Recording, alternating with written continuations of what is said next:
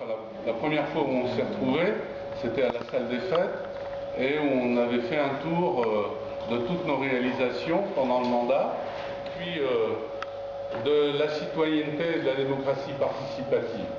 Et comment on fait participer les gens à la vie de la commune. Une autre soirée, le 20, qui sera à l'Achenal, on parlera de toutes les questions sociales et des questions d'éducation, essentiellement, pour faire court. Et puis on aura une dernière rencontre au mois de mars, une semaine avant les élections, où là on fera le tour de tous nos projets.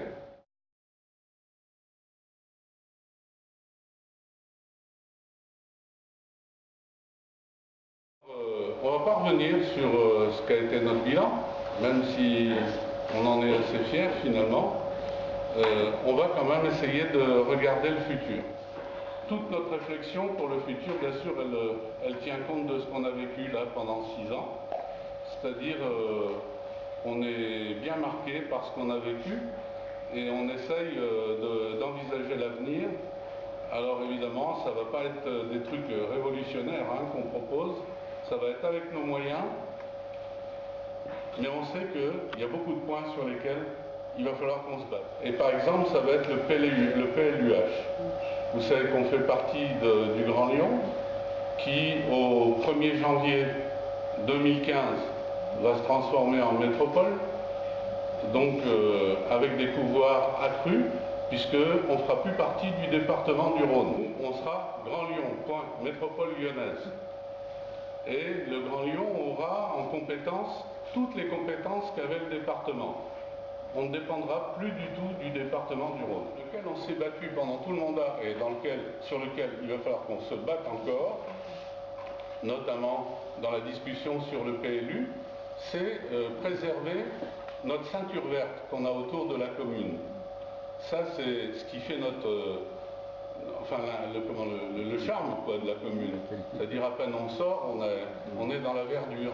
On monte dans les grandes terres, on a les champs en bas, on a l'aérodrome, on n'est pas coincé, quoi. Et le Grand Lyon, quand on avait été élu, avait prévu de créer une zone industrielle sur l'aérodrome. Ça a été une bagarre de toute la première moitié du mandat. On arrivait à les faire faire marche arrière sur cette question. Voilà, ça va continuer, quoi, parce que c'est sûr, il y a une pression foncière sur la commune qui est énorme. Donc là, ça va être une bagarre là-dessus qu'on va continuer. Bon, on est déjà bien avancé, je peux vous le dire, parce que par exemple, les grandes terres, on a signé avec la commune de Feyzin et la commune de Vénissieux le classement des grandes terres en PENAP, et donc ça, c'est un classement qui interdit de faire quoi que ce soit d'autre que de l'agricole. Nos terrains ont de plus en plus de valeur. Alors ce qu'il y a, c'est que si vous voulez, dans les ventes qui est actuellement sur Corba, les maisons anciennes, elles n'ont pas pris forcément de la valeur. Mais les terrains, eux, oui, ils grimpent. On arrive à avoir des terrains qui se vendent à 400 € le mètre carré. Il faut le savoir. Il y a vraiment une pression très forte. Et il y a des promoteurs qui ne se gênent pas pour venir essayer de construire un peu n'importe quoi. S'ils rentrent dans le cadre du PLU, on ne peut rien dire, on ne peut pas s'opposer. Ils sont dans la loi. Et je peux vous dire que la loi, ils la connaissent bien, parce que je vois par exemple le quartier là, de la rue des Mésanges, et puis les noms d'oiseaux là, qu'il y a dans ce coin-là, eh ben, ils ont calculé des fois au centimètre. Il y a des voisins qui nous avaient interpellés en disant « Mais vous vous rendez compte jusqu'où ils arrivent et tout ça ?» On avait regardé, c'était au centimètre près que c'était calculé. Il faut voir un peu la réalité. Constituer une réserve financière pour avoir une politique foncière, c'est la ville, depuis un certain nombre d'années, disons les 2 précédents mandats, il n'y a pas eu de politique foncière et on en souffre maintenant. C'est-à-dire qu'une ville qui ne maîtrise pas son foncier, vous le comprenez bien, ne peut rien faire. Ça, c'est clair. Et c'est la porte ouverte à tous les privés qui veulent faire n'importe quoi. Ils feront n'importe quoi parce que ce qui les intéresse, c'est de faire du fric. Donc pour éviter ça, il faut que la ville ait les moyens, si elle veut faire une préemption sur une volonté d'achat, il faut qu'elle ait les moyens d'acheter. Et ça fait plusieurs années, nous, qu'on a commencé à mettre de côté un peu d'argent pour pouvoir répondre à des achats. Je vous rappelle que l'année dernière, enfin sur les 2 dernières années, on a quand même racheté pour 1,2 million de choses qui se sont vendues, pour éviter que justement, pour pouvoir avoir le contrôle de ce qui se fait. Et il faut qu'on continue pour l'avenir. C'est indispensable. 3 ans, les gens, par leur avocat, ont fait en sorte que ça traîne en longueur. Il y a des techniques, les avocats connaissent bien ça, pour que ça arrive jusqu'au moment des élections, en espérant que ce soit d'autres qui soient élus et qu'il se passe d'autres choses. Voilà. Donc, on a gagné le procès principal, et ça, il faut le savoir, c'est-à-dire sur le fond, on nous contestait, on disait que la ville ne respectait pas le PLU, l'esprit du PLU. Disait que on voulait faire trop de logements sociaux, qu'on voulait... Alors, après, il y a tous les mensonges qu'il y a derrière. Hein. J'ai vu dans la presse, par exemple, que dans la rue centrale, on voulait faire 70 logements sociaux. C'est dans le journal. Bon, c'était 23. Il y a une petite différence entre 23 et 70. Et surtout qu'on voulait faire 24 accessions à la propriété dans le même bâtiment. Mais ça, on n'en parlait pas. Et puis, surtout, on voulait y faire des locaux médicaux. On en a besoin. Et un bar-brasserie, parce qu'on est la seule commune du Grand Lyon qui n'avons pas de bar au centre-ville de la commune. Et franchement, on est un cas tout à fait particulier. Mais il y a des gens qui s'opposent à ça. Ça, c'est le plus important. Après, le permis de construire qui avait été prévu pour là-haut a été annulé. Il a été annulé pour 3 raisons techniques. 1, pour une question d'alignement par rapport au trottoir. Il n'était pas inscrit dans le PLU.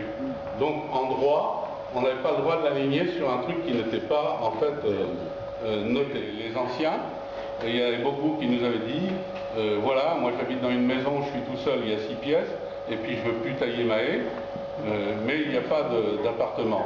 Donc on en a créé 61, presque tous sont occupés par des personnes âgées. Ça a été une première réponse. Ce qui nous manque maintenant, c'est loger nos enfants. C'est-à-dire que, on le sait tous, un jeune qui démarre, il n'a pas les moyens, il ne peut pas acheter une villa, il ne peut pas...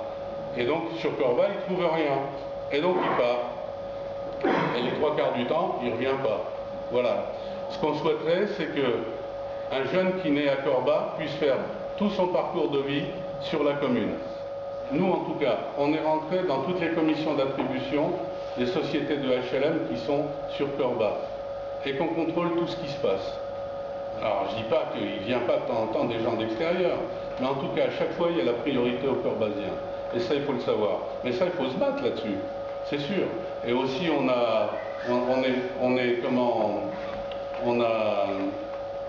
c'était pas le cas avant. Hein. Il n'y avait personne dans les commissions d'attribution. Alors, naturellement, il pouvait arriver n'importe qui. Et aussi, on a pris des participations dans les sociétés de HLM qui sont sur Corba pour justement pouvoir intervenir. Et avec le Citral, on a obtenu un meilleur cadencement avec la gare de Vénissieux. On a obtenu des bus en plus pour le matin, aux heures de pointe. Ça ne suffit pas. Il faut qu'on continue, qu'on aille plus loin.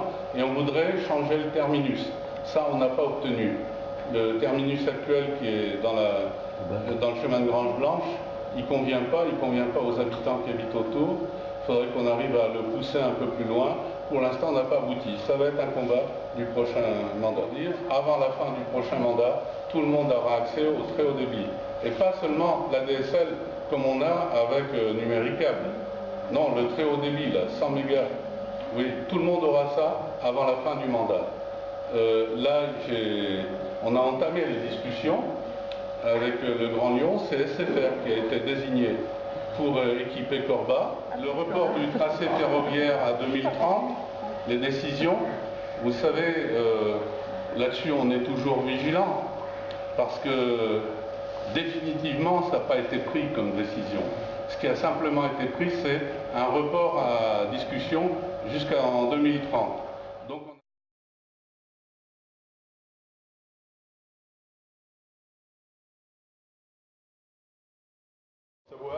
depuis le début où on a été élu, la sécurité a été un enjeu. Quand Thierry était aux affaires, Jean-Claude l'a succédé. On a toujours mis ce point-là, on a fait un point d'honneur à toujours être vigilant sur cette dimension de la sécurité. Et pour cause, parce que, pour le coup, pour des gens qui souvent veulent se présenter comme les garants de la sécurité, à ce moment-là, moi quand je suis arrivé aux affaires à la sécurité, il n'y avait pas le moindre dossier.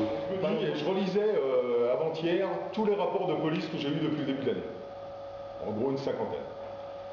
Et bon, j'ai pas pris ma calculette pour faire un pourcentage, mais néanmoins, dans ces 50 rapports de police municipale, il va sans dire qu'il y en a au moins pour 30 à 40% qui sont inhérents à des problèmes relationnels de voisinage, de conflits entre les gens. Donc, dans une vie municipale, dans la vie d'une police municipale et dans la vie du maire, c'est quelque chose qui a vraiment du sens. Donc les gens ils se retournent soit vers la police municipale, soit vers la gendarmerie, les forces de l'ordre, alors que c'est finalement que de la discussion que peuvent naître peut-être des ententes. Alors, surtout dans les situations conflictuelles, c'est très dur. Donc il faut pouvoir trouver des gens qui soient à même, via des formations, c'est du bénévolat, hein, pur et simple, mais néanmoins ça a vraiment du sens et de la résonance, trouver des gens qui soient en capacité eh bien, de pouvoir mettre le bon curseur pour que les gens qui sont dans la tension, dans le conflit, puissent s'entendre. Et aussi du rôle du citoyen, de pouvoir informer, de pouvoir simplement rappeler qu'on est sur un coin, on a eu quelques délits ou cambriolages, et donc à un moment donné, eh bien, les uns et les autres, soyons vigilants.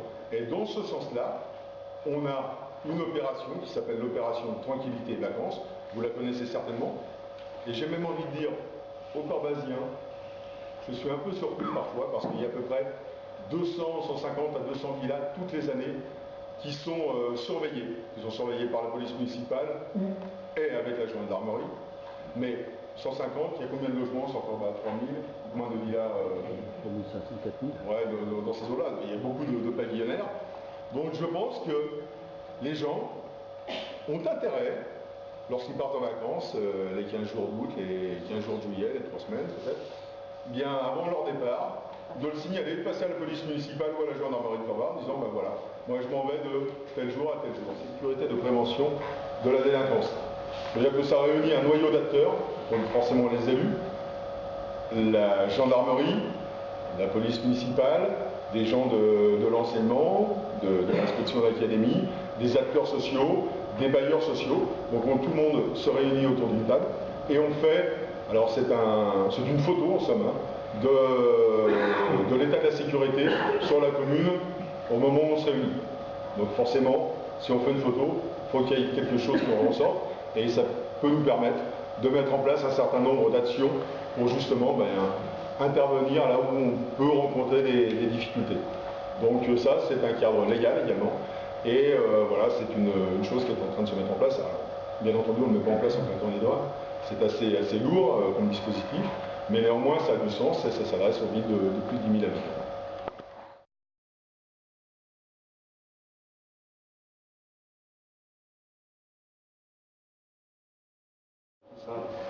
Alors, ce qu'il faut savoir, c'est que bon, l'agenda 21, il n'existait pas sous l'équipe précédente. Hein. Il n'y avait pratiquement aucune politique de l'environnement. Et je peux même vous dire qu'en matière de florissement, il était géré par une entreprise privée. Donc les jardiniers n'avaient plus qu'à tondre, faire voilà, des choses pas très intéressantes. Donc on a une vraie politique de l'environnement sur Corba. Alors l'agenda 21, bon, on fait partie des 40 communes de l'agglomération lyonnaise qui ont lancé un agenda 21. L'environnement, ça nous a pris 4 ans pour le faire. Et c'est toute l'équipe qui s'y est mise dans ce travail.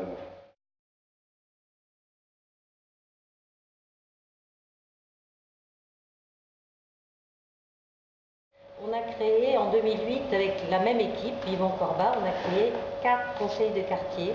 Et beaucoup de gens d'ailleurs en font partie, sont là.